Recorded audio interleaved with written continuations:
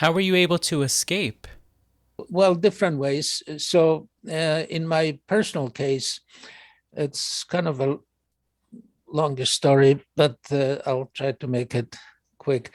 Uh, we had a Russian maid, well, we meaning my grandparents, who my grandparents spent a lot of time in Russia before the war.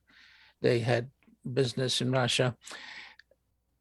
So they had this maid who was basically part of the family. They only spoke Russian with her, and she lived with them. She had her own room, and yeah.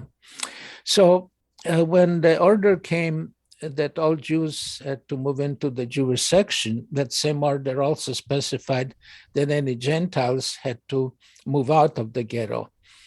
And the young lady, her name was Juliana, refused to move out. She said that my grandparents were the only family she ever had. Uh, she was very interested in Russian culture, obviously, since she only spoke Russian. And one of the smart things she did before the war was well, the only center for Russian culture in Warsaw, really, at that time, was was maintained by something called the White Russians.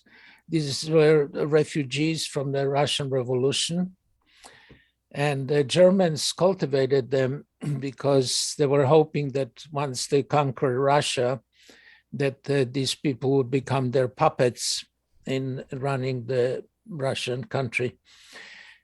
So they had quite a bit of favor with the Nazi regime. So Juliana went to them and she said that she told her story and she threatened to commit suicide if she couldn't stay with us. So they gave her two permits.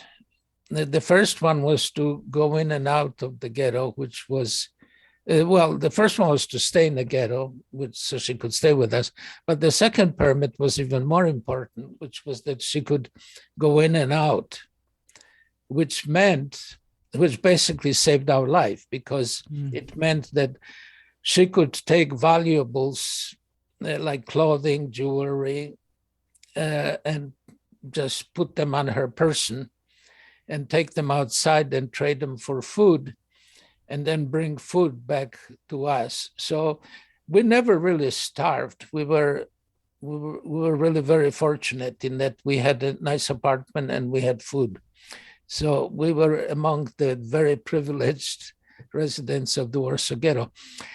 In the summer of 1942, when the roundups happened, when they started rounding up people from their homes in the street for the transport by cattle cars to the gas chambers of Treblinka, she was out on one of her runs and she got caught up and she was basically barely able to extricate herself, even with all her White Russian permits.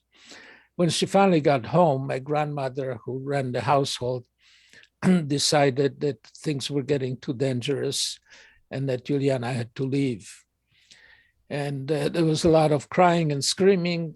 And finally, Juliana agreed to leave, but only on one condition, which is to take me with her as her son so that I would live.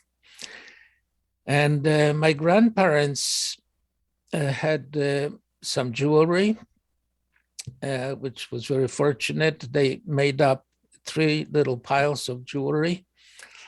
One was for Juliana to give to the guard at the gate. So they knew her, but all of a sudden she had a 10-year-old son.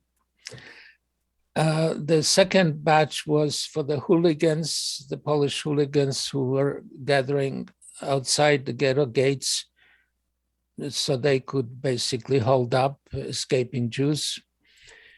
And the third one was for Juliana so she could start a new life outside the ghetto.